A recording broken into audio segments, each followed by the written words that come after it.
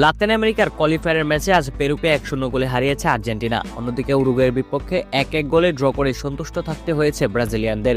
আর্জেন্টিনার হয়ে 55 মিনিটে লিওনেল মেসির দুর্দান্ত অ্যাসিস্টে একমাত্র গোলটি করেন ইন্টার মিলানের ফরওয়ার্ড লাউতারো মার্টিনেজ। জাতীয় দলের জার্সিতে লাউতারোর এটি 32তম গোল। এতে আর্জেন্টিনার সর্বকালের সর্বোচ্চ 5 গোলদাতার তালিকায় জায়গা করে নিলেন তিনি। পেরুর বিপক্ষে একটি অ্যাসিস্ট করে রেকর্ড করেছেন লিওনেল মেসি। আন্তর্জাতিক ফুটবলের ইতিহাসে 58টি অ্যাসিস্ট হয়েছে তার। যৌথভাবে জাতীয় দলের হয়ে সর্বোচ্চ অ্যাসিস্টের রেকর্ড এটি।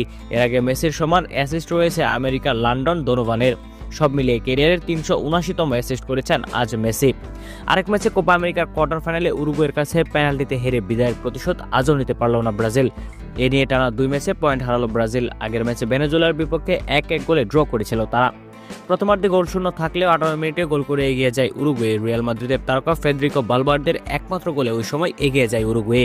এরপর ব্রাজিলিয়ানরা অবশ্য নিজেদের শক্তি দেখাতে দেরি করেনি। 7 মিনিট পরই উরুগুয়ের গোলটি শোধ করে দেয় স্বাগতিকরা। 62 মিনিটে গার্সনের গোলে 1-1 সমতায় ফেরে ব্রাজিল। দ্বিতীয়বার আর কোনো দল গোলের দেখা পায়নি। শেষমেশ পয়েন্ট ভাগাভাগি করে মাঠ ছাড়ে 2 দল। এই ড্রয়ের মধ্য দিয়ে 12 ম্যাচে 18 পয়েন্টে ব্রাজিলের জায়গা হয়েছে এখন টেবিলের 5ম স্থানে। অন্যদিকে 12 ম্যাচে 25 পয়েন্ট নিয়ে টেবিলের শীর্ষে আছে আর্জেন্টিনা। 11 ম্যাচে 19 পয়েন্ট নিয়ে দ্বিতীয় স্থানে আছে উরুগুয়ে। প্রিয় দর্শক, আজকে ব্রাজিল এবং আর্জেন্টিনা আলাদা আলাদা 2টি ম্যাচ আপনারা কেমন উপভোগ করলেন তা অবশ্যই আমাদেরকে কমেন্ট করে জানান।